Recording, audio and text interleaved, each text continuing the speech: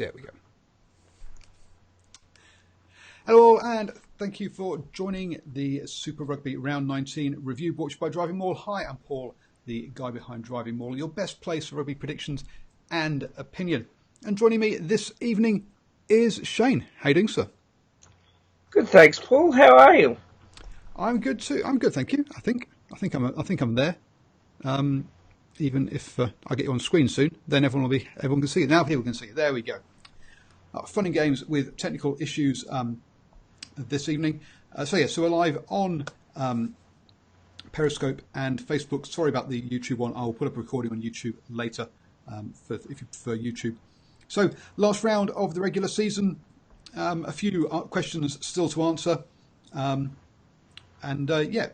Christopher, who's joining us on Periscope, and I think we've got Andre and Jack and a few others joining as well. A few questions to answer last weekend. I think there's a lot of questions to be answered, Paul, and some teams obviously we won't see until next year with some drawing board work to be done. We now know our 8, and didn't it come down to the last game of the regular season to sort that out too? It did, didn't it? And two of that 8 that we sort of had a preview for last weekend is the Chiefs versus the Hurricanes. We get the game, we get a sort of repeat this coming weekend, but down in Wellington, and an impressive start by the Chiefs. Yeah, they racked up 21 points by half time. Some beautiful play early on. I think Weber intercepted that pass, and I think big Brady Metallic, I think, started us all off by barging over. It's always good to see the forwards getting stuck in early and laying a platform. So, yeah, the Chiefs got to 21 at half time. They needed, I think, a 23-point win, but like the last couple of weeks, they've gone to sleep after half time.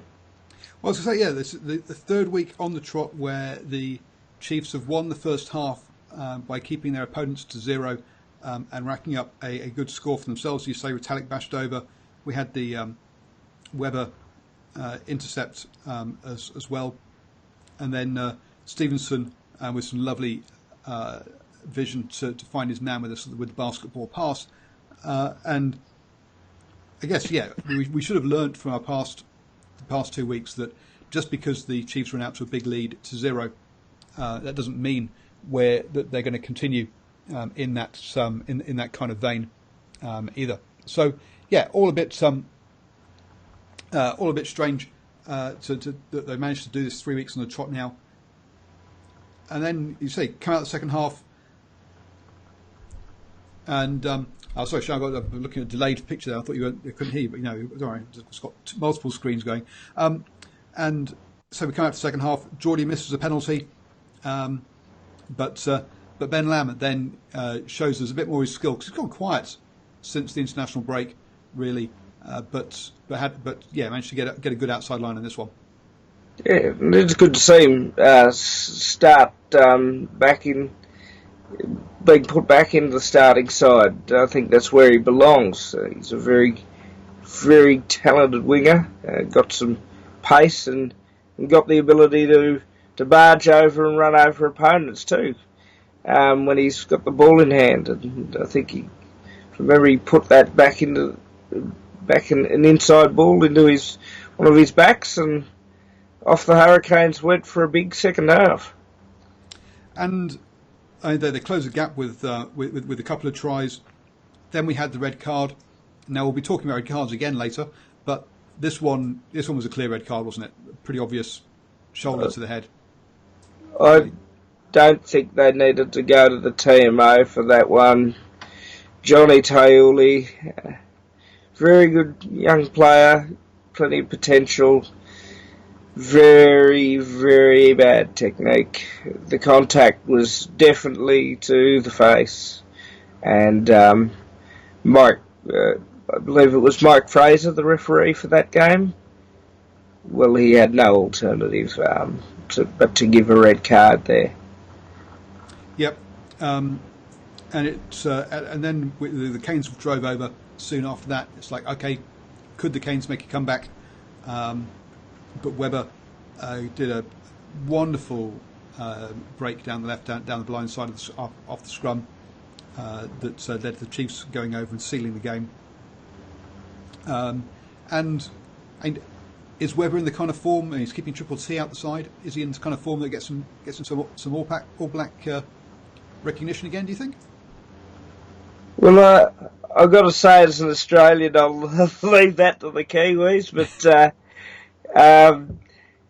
look, I think Brad Weber's hit some top form the last few weeks, and obviously he's not going to be the starting halfback. That's either going to be a shootout between Perinara and Aaron Smith, but I've got to say he certainly deserves probably a bench spot for the All Blacks. He's a pretty dynamic player. Definitely, he's putting his hand up definitely for the squad, I think, and we'll see what happens. But with the game all tied up, and really nothing that could happen at the end. But we had a real farcical ending.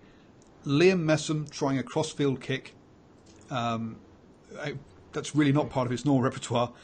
Anselette Brown catching the ball right on the edge, and then just randomly throwing it in. Julian Severe won't have had many easier scores than that, really. Yeah. Well, you don't let a flanker put his boot to the ball unless he's a winger. You don't. So I don't think Liam Messam would want to try that again. No, that was crazy stuff. There really was nothing to be played for then. They weren't going to get out to the 23 points they needed by that stage. They weren't going to lose either, so it didn't really matter that this happened. But yeah, it was interesting. Yeah, so it made it a 2-point difference at the end. I mean, the Canes picked up a losing bonus point. Not that they actually needed it because they had the points difference anyway. And also the Chiefs weren't going to get a try bonus point. So yeah, all a bit of a farcical end to the game. The Canes had done enough by then.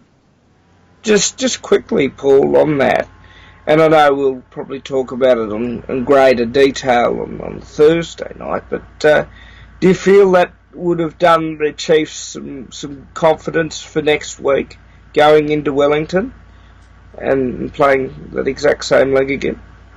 Clearly the Chiefs can take some confidence out of it that they won it, and they won the first half so well, but the Hurricanes definitely are coming off a poor run of form. There's no two ways about it. And even though they have got home advantage, maybe the Chiefs are going to go in as slight as favourites, because remember, this was a Chiefs side without Sam Cane, without Damon McKenzie. Marty had a very mixed game. He was perfect from the boot, I think, or he was very good from the boot. Yeah, he was perfect from the boot, but his around the field play was left something to be desired at times. So you've got better personnel coming in for the Chiefs. They've got to be confident going down to Wellington.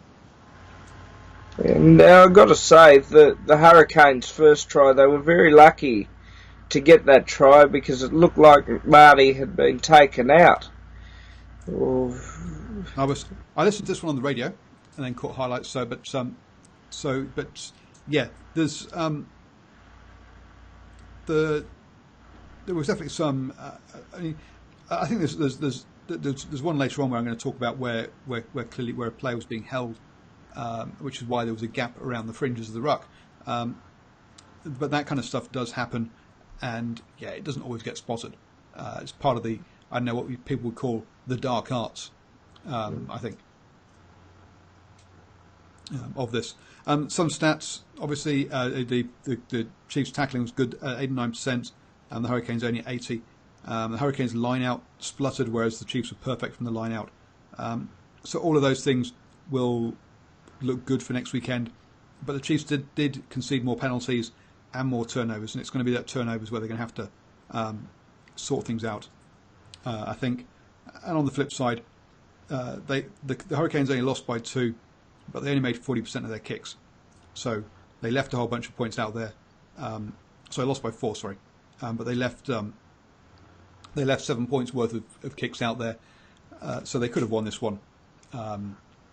Definitely if they kicked better. After that we went up to, and I said we're going to have to talk about Reds again. We'll start off with the Reds team first rather than the Cards. Yeah, I mean the Reds got themselves an early score. The Sunwolves, as we've seen before, Hayden Parker knocking over the pens to keep them in touch.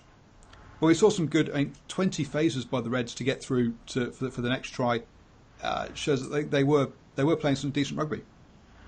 Yeah, we're starting to see elements, and I know I'm a Reds fan here, so I'm going to be a little biased, but we're starting to see elements of what Brad Thorne is trying to teach these young fellas. And the first thing I saw was patience, which is something that you don't usually see with the Reds side. They were patient with that build-up that led to that try, and when the gap opened up, he sailed through for an easy 5 points. And one thing I've noticed is the Reds have gone on show in the last 2 weeks. They've built up and there's something very special going on. If I could also say so, sorry, Paul. No, go for it. That there's been in the Reds 5 wins total domination in those 5 wins from our forward pack. On Friday night, you saw what the backs can do. So we're starting to see some combinations get together quite nicely. There was that, I mean, Lance had a good break and went all the way to open the gap again after the penalty try for the knockdown, which the Reds got a yellow for, but they survived it well. And then it was 22-13 going into the 35th minute, and this is where we saw the red card. Now, they're saying it was a clenched fist or a closed hand, hit the guy in the face on the floor. It was sort of the palm side that actually made contact rather than the front, so it wasn't really a punch per se. But he was trying to rough him up on the ground. But it's one of the softest red cards you're going to see for a while, though. Yeah, Ben O'Keefe, to his credit, went to the TMO, and the TMO obviously helped in that determination of Ben O'Keefe to get the outcome. So, from all angles on your television screen, including mine, I thought it was a very high swinging arm, which probably I thought what's going on here. There could be a yellow here, but obviously the contact was significant enough to make it a red card, and you've got to probably trust the referee on that as well. Although there was an incident later in the game with Caleb Timu that did he used no arms and did make some contact with the facial area as well, and he only got a yellow. So yeah, they said that was a hit the body rather than the head, but when you've got a player prone on the ground and you dive into him, that's not clever at all. And as you say, Timu perhaps got a bit lucky with that yellow card later on. But I mean, it made it a bit of a non-contest from there on in. The Reds bashed over again on half time, and they just being a player up, the Reds were going to win it from there on in. I guess at some points though, the Sunwolves still had 721 metres running with ball in hand, which is kind of crazy. 507 for Queensland for the Reds, and the Sunwolves did have more possession and territory in that second half. So they definitely put up a fight, and it needed the Queensland tackling to be up there. But 12 turnovers by the Reds, 24 by the Sunwolves. That's really what hurt them. Just not keeping hold of that ball. And as we saw with the Sunwolves game, they play that very quick, high tempo game, and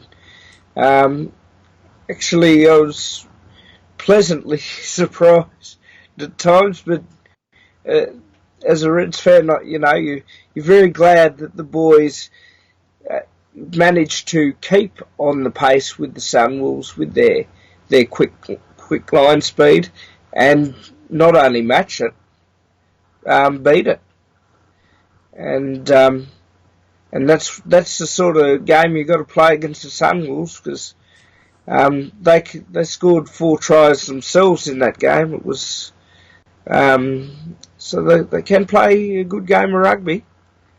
It was just a little too late when they scored their last couple of tries.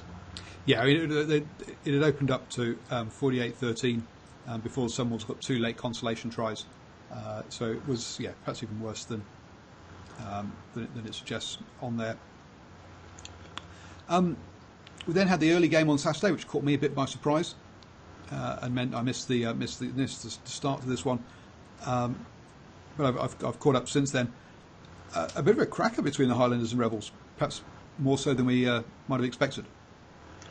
Yeah, I was surprised to see, believe it or not, the Rebels get a fast start and nearly got the finish out of the Highlanders, because they were obviously trying to keep their final spot in play, but a few missed opportunities there for the Rebels, I thought. Can't lead with about 25 minutes to go by 12 and expect to hang on if the way the Highlanders play their rugby. Yeah, I remember, again, the Highlanders rested both Ben Smith and Aaron Smith for this one. So two of their key players were rested for this one. I think the Rebels still missing Genia, and we're also missing, I've gone blank. Coleman, their captain in the forwards. So, both sides missing a couple of players. The Highlanders by choice. But I mean, the Rebels were leading this one all the way, as you say, all the way until the 65th minute of this game. They, in the first half, they would score. The Highlanders would come back. What really hurt them in that first one was the yellow card to Ruru, because the Highlanders got 2 scores in there to even things up, because before that it was they got themselves into the lead with Hodge scoring with a lovely try with some great hands, and then the yellow card really hurt them, I say, big time with those 2 tries coming back.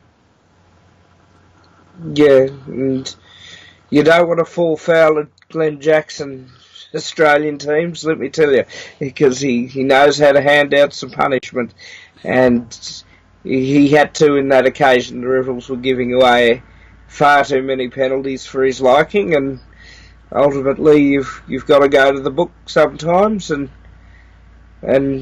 you can't give the Highlanders a 15-on-14 opportunity, because they'll punish it 9 times out of 10. Yep, and they absolutely did. So with those 2 tries were key, and but perhaps a bit harsh to this, considering that the Rebels gave away 8 penalties to the Highlanders 9, but the Highlanders didn't get a yellow card. So it was just a matter of where and how quick, concentrated those penalties were. I must say, Hodge had a really good game in this one. I still don't think he's a fly half, really. No, but in the first half, it wasn't really a charge down so much. It was just plucking the ball out the air, and then he charged it down later. In the second half, to get himself a hat-trick of tries. And it's, as you say, 22-31 on 52 minutes, but the Highlanders came back to score 3 more tries to take the game, and that meant the Rebels had their fate was out of their hands at that point.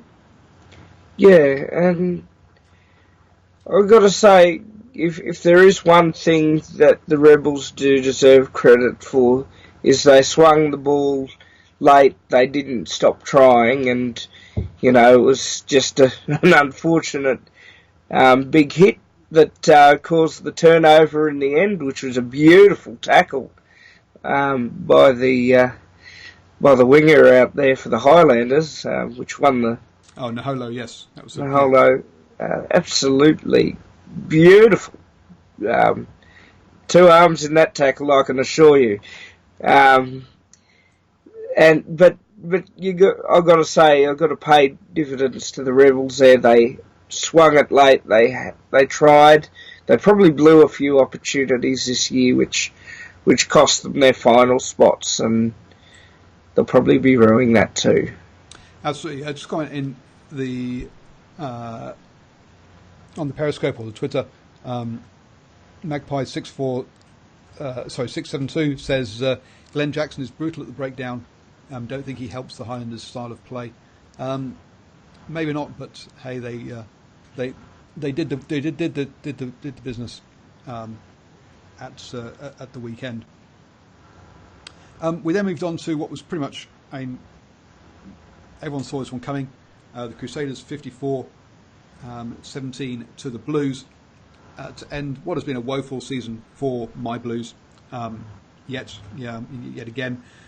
Looking at the crowd, you could see everyone was saving their money for the playoffs because, let's be honest, the Crusaders are going to have a home run to the final if they win all their games. So there could be some people having to dig deep into their pockets to get the extra tickets if you're living in Christchurch. It's this one was all over fairly early on with the Crusaders scoring at will in that first half, really. Yeah, but I think that, growing up, Paul, these were the games you watched on Friday night because they were always close between the Crusaders and the Blues, and they were wonderful games to watch. This wasn't, sadly, the greatest game to watch. The Crusaders, as you said, at will, just knew their places, knew their timing, knew their structures, and kept to it and scored some very good tries. But it didn't help. Nanai got himself an interception try in that first half. And the Blues scrum will be dining out on their penalty try in the off-season, even though they really needed to do a lot more work during the rest of the season. Getting one penalty try from your scrum isn't what we expect isn't what you need from your front five or your front, in particular. But Bridge, that was a magnificent scrum, I should mention. It was. That was surprising as well. And I think it was actually the first scrum they put down for that. So the Crusaders weren't on a warning or anything like that, from memory. It was just a bit of power from the forwards. Yep. And to be fair to the Crusaders, they did rest an entire All Blacks front row. So there was no Franks, Moody or Taylor for this one. But a player that some people have been saying that was an outside shout for the All Blacks, Bridge, got himself 4 tries in this one. It was yes. Some of you might just say it was only against the Blues, and the Crusaders did score 8. But yes, he still scored. Bridge still scored. Still managed to show his finishing here. And perhaps an area the Crusaders might want to tighten up is gave away 11 penalties to only 4 by the Blues.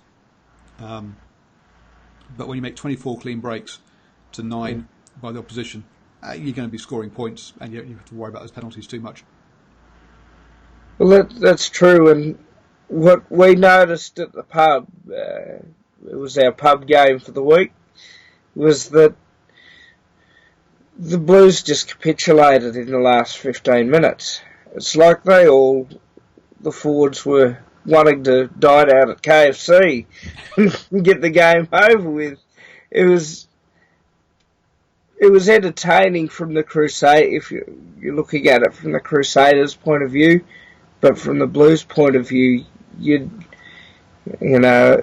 was just the look of another disappointing season with a lot of, sadly, for Jerome Kano's 150th, I would have thought the Blues would have fought to the very end in this one, even though it was probably a task that was probably thankless. Yeah, you just want to see you guys trying, at the very least, and not making silly errors. But that's not, that's not the Blues, unfortunately. Again, that did matter, or again, it didn't matter either too much. And the Waratahs already had secured themselves the top of the Australia Conference. It just mattered whether they came second or third in the list. But being a derby game, the Waratahs Brumbies was always going to be a tough one. But the Waratahs going down 31-40, not the kind of preparation they want going into the finals. No, it wasn't. But having said that, I'm not surprised the Brumbies won either. As we like to say in the great land of Oz, there is no such thing as a dead rubber. And the Brumbies made sure they left this season on a big, high note. The Waratahs were outplayed. There's no simple ifs or buts from this Aussie, certainly about what happened on Saturday night. You saw a 3-star performance by several key Wallabies on the Brumbies side, and the Waratahs fell a bit flat when they really should have really knuckled down and wanted to see your second spot.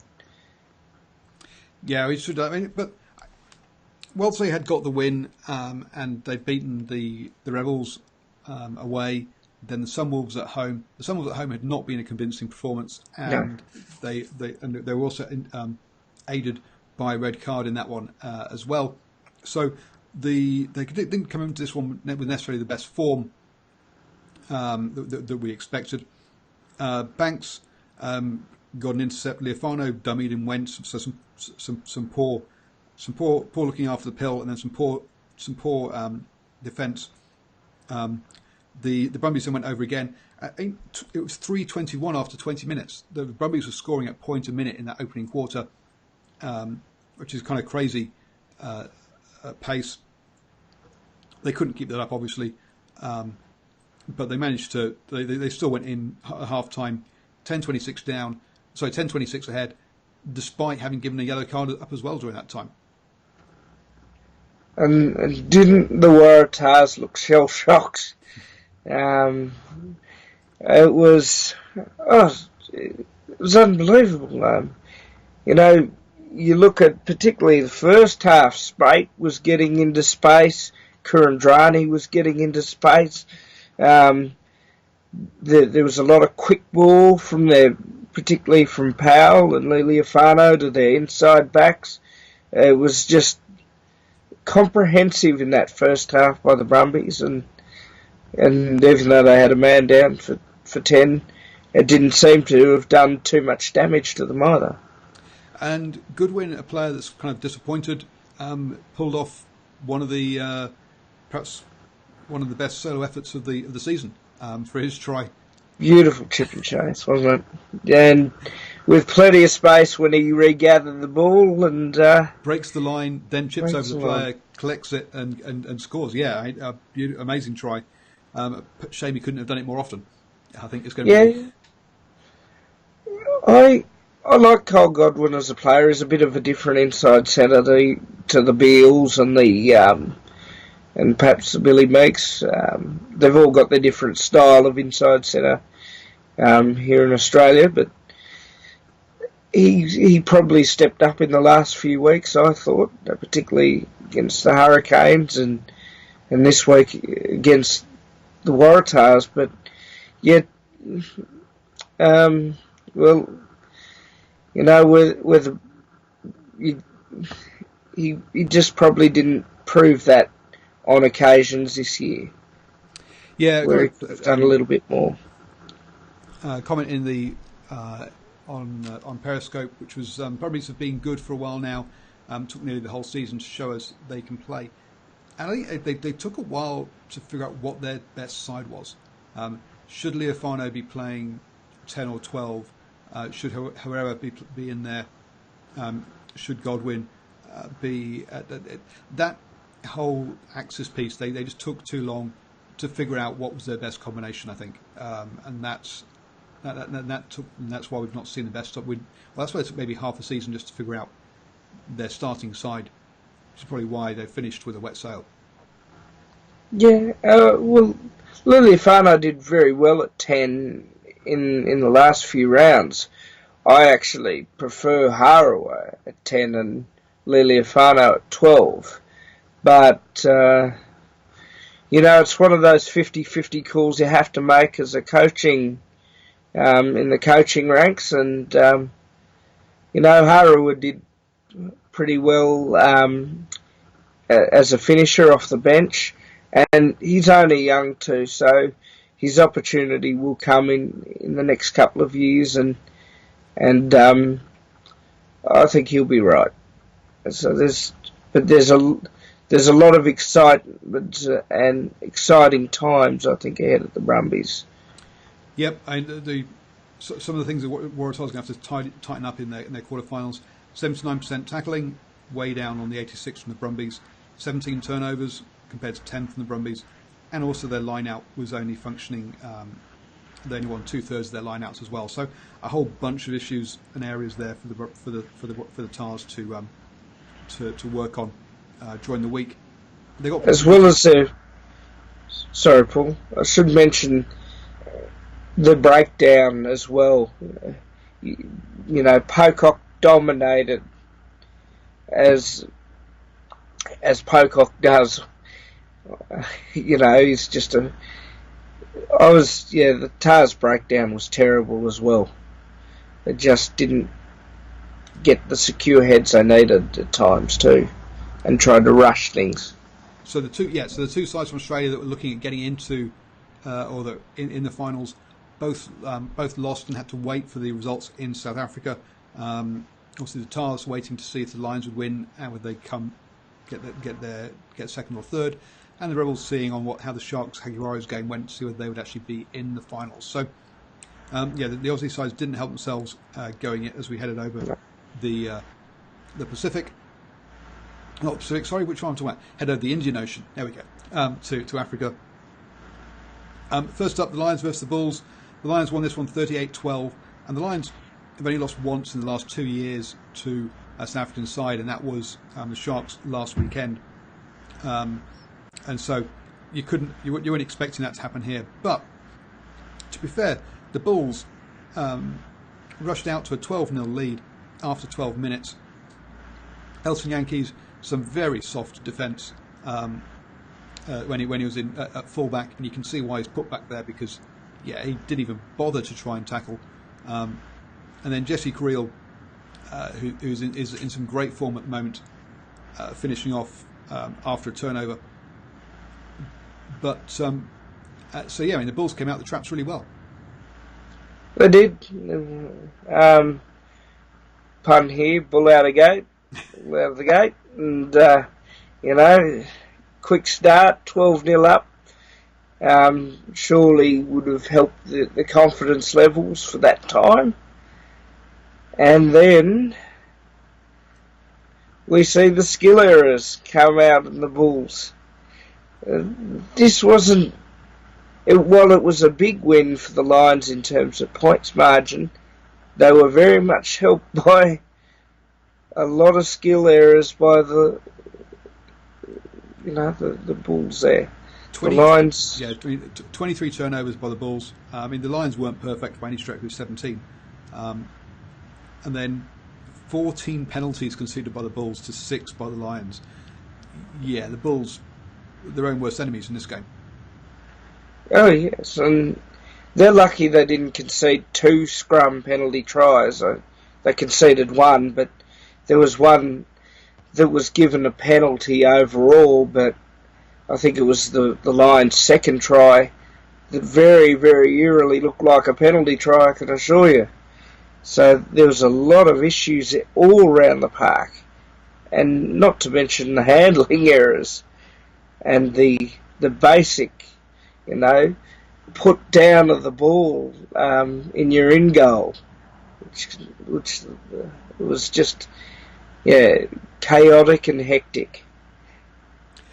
So it was one-way traffic after that. Because it finished 38-12. The Bulls scored all of theirs in the first 12 minutes. They did look like there was a couple of disallowed penalties. I only got highlights, and they weren't the best of highlights. It did look like some disallowed tries in there as well. All looked a bit of a mess. This game, as you say, a bit of shambles. So the Lions got themselves a home quarter-final, climbing above the Waratahs into second place. The only thing that was going to remain to see was actually no. I think that meant they were going to get a home quarter-final against the Jaguares, whatever the result in the last game. And as soon as I saw this one, another one I caught in highlights. As soon as I saw the beginning with rain coming down, it was like, okay, I understand why the Jaguares didn't do so well in this game. Well, that's interesting because they did well in Auckland with the heavy rain. So I would have probably expected a little more from the Jaguares. But, a couple of early penalties got the Sharks on the road, and, they took that into half-time, and I think they were up by 10. It was a pretty drab game, to be honest, wasn't it, Paul? It was. And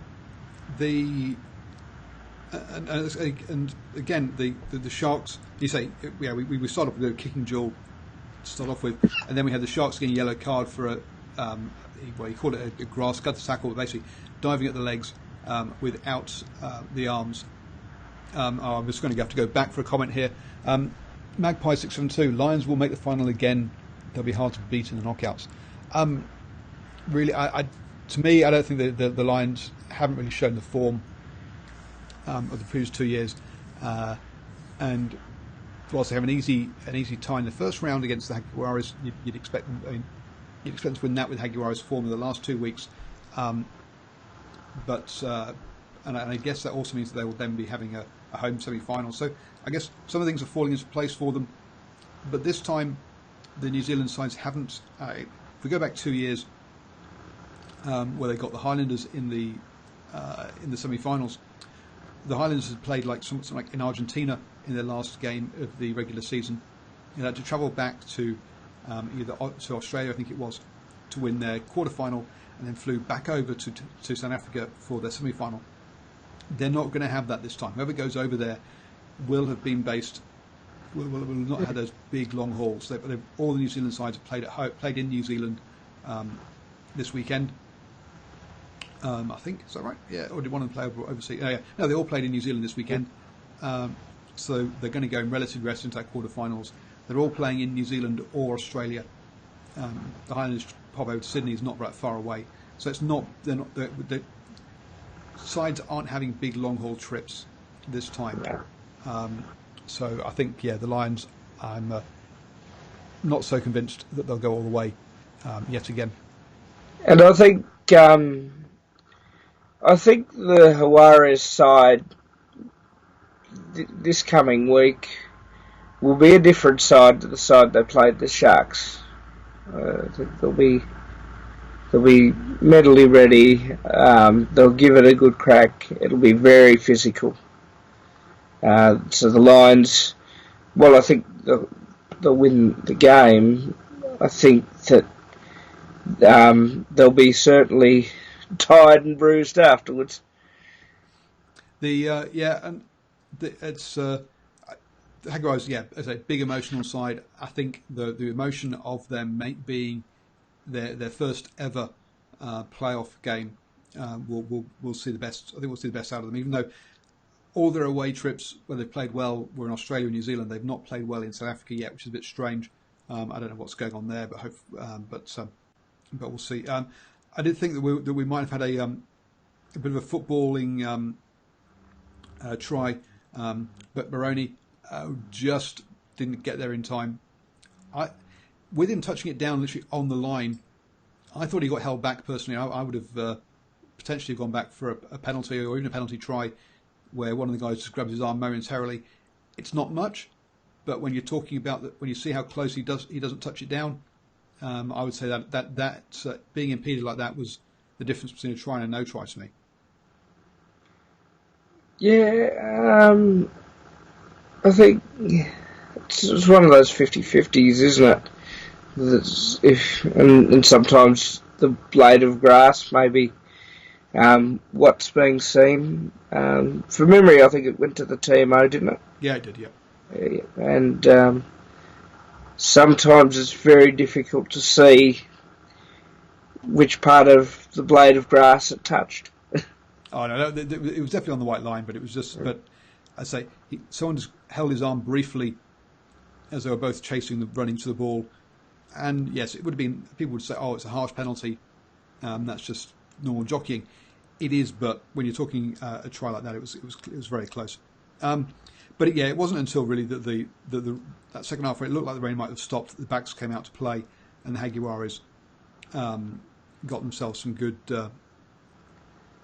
beautiful running try. Some lovely tries at the end there. Jaguares, their tackling was poor, only 71%. But the Sharks, to be fair to them, 181 tackles they had to try and make in this game. They made 159, 88%, and they going through an awful lot of work.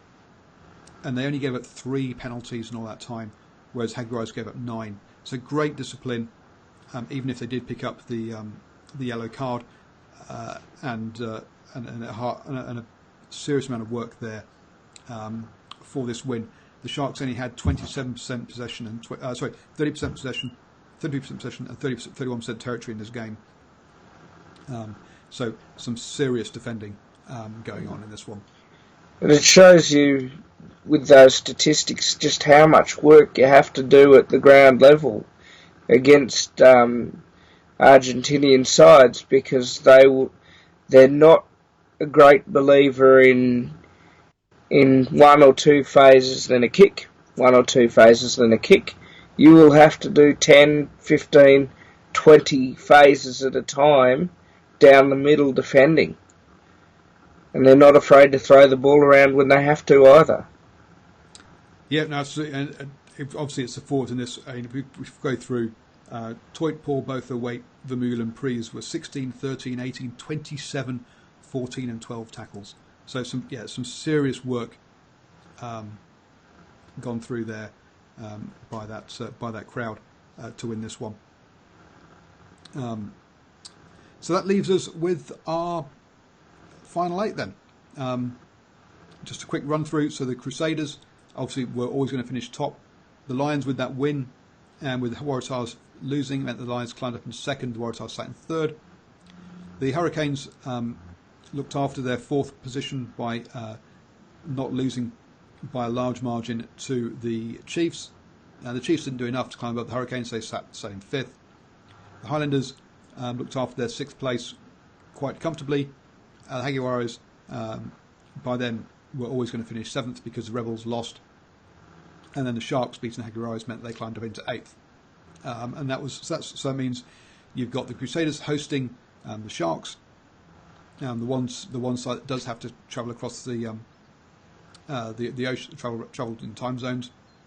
You've got the Lions hosting the Jaguares, who've been in South Africa the past 2 weeks, so they're going to be acclimatised time zone wise.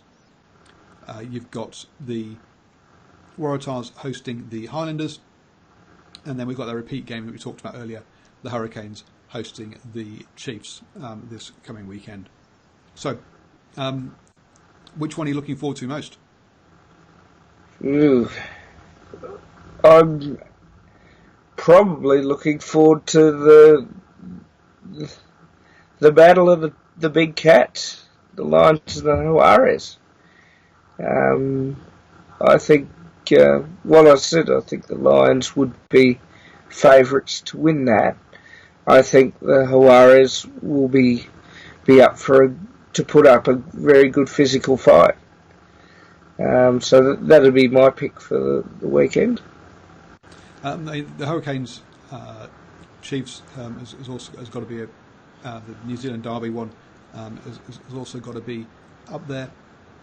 Even if the Hurricanes haven't shown great form recently, and that's kind of one of the things that's a bit disappointing about these finals is that you've got the Hurricanes and the Waratahs both are basically stumbling into the finals, having sort of picked up their points earlier in the season. Go on. I think that, and it's a discussion for a later time, but with this conference format, and I've been probably an advocate of the conference format for some time, but I'm entitled, like all rugby fans, to change my opinion. And I think it's time we go back to a straight 8. So that we have those that have, without getting conference win here or this or that, we go to a straight and normal format to decide Super Rugby finals in the future. I'm going to disagree. I think that the conference format with the time zones involved is the only way to go to try and keep travel down to something manageable. So we'll see. It'll be interesting to see what Sanzar come out with, because also if we want to include a Fijian side, then again that's more teams in the competition, and you are going to stick with conferences. So it's I'll be interested to get someone on from Wales actually, because the Pro or Ireland, because the Pro 14 has done very well with its conferences and seems to have succeeded. So I'll be interested in talking to them and see why they think that's worked, whereas why it hasn't worked in the Super Rugby. I might have to do have a chat about that sometime. But Magpie 672 has asked us to run through possible semi fixtures, please. Who can play who? Oh dear, and that's going to leave me scrambling for Wikipedia, to be honest. But from what I believe it is, I think is that the Crusaders versus the Sharks will play either the Hurricanes or the Chiefs, and that the Lions versus the Jaguares will play the Waratahs or the Highlanders. Is I believe how this pans out from memory. So it's they changed. So previously it's been, we'll see what the seedings are after the first round of the playoffs. But what they did was they changed that to help with travel and logistics, so that I believe so that the winner, or the out of the Crusaders Sharks will host either the Hurricanes or Chiefs. I believe is how it works out, and then it's same again for the Lions Jaguares. Will either host the Waratahs or the Highlanders, I think, from memory. So from that you've got to say it's the Crusaders hosting somebody from the North Island, and the Lions probably hosting the Highlands. Oh, I'd hazard a guess that beat the top 4. So that's the expected way it is. Cool. Well, thank you very much, sir. It has been a pleasure yet again, and we'll catch you on Thursday to preview these quarterfinals once we see and hopefully we'll have the lineups for most of these games announced by then as well. So absolutely. Shane, people know where they can have a chat with you during the week about rugby. I'm on @Schoolham8 on Twitter, SCOOLM8. Come talk rugby. And for those of you on sort of Periscope, Twitter, then please do like, retweet, all of that kind of stuff. If you're on Facebook, obviously share it. And if you're watching on YouTube, then hit the thumbs up. And obviously subscribe to the channel as well. Thank you, everyone. And actually, the best way you can help out is just to tell your friends about us. And I'll be back tomorrow night with #Rugby Chat, where we'll be talking about all the hot topics in rugby. So join us again at 8 p.m. New Zealand time tomorrow night.